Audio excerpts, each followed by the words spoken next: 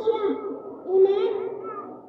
Ang tao, bisan mabuot pa siya, kung hindi niya maranasan ang Diyos, buot silingon ang relasyon niya, wala ka nabalik sa Diyos.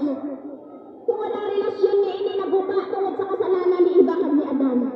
Kag ang tanan nga tao, mabuot man siya, matarong man siya, tanan, hindi na matarong sa atubang sang Diyos.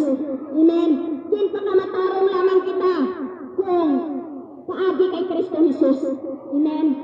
Kung nag-surrender kita sa kasalanan naton kay Jesus, nagpahugas kita sa dugo niya, amen, para makuha ang sumpa sa kasalanan, naging panubli naton, amo palang inikag may relasyon kita sa Ginoo. Ang aton kaluwasan, mga hinigugma, wala na sandig. Amen, wala na sandig sa kabuot naton. Wala na sandig sa hinimuan naton. Sa reliyon, sa tradisyon, o kung sa kwarta, o kung sa kaalam naton. Ang aton kaluwasan na sandig sa aton pagtuo. Amen. Regalo ini sang Diyos.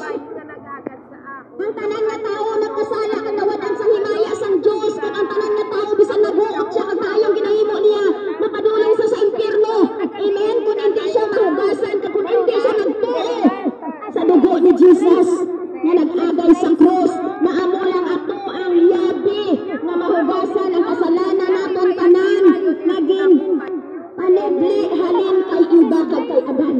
Amen? Wala sing tao nga makasarang magluwas sa iya kaugalingon. Ang manluluwas naton isa lang, anak sang Diyos. Ginhubad niya iya pagka-Diyos dito sa kadangitan na naog diri nagpakatawo para malansang sa Diyos para kita matubos. Ano ang gintubos niya?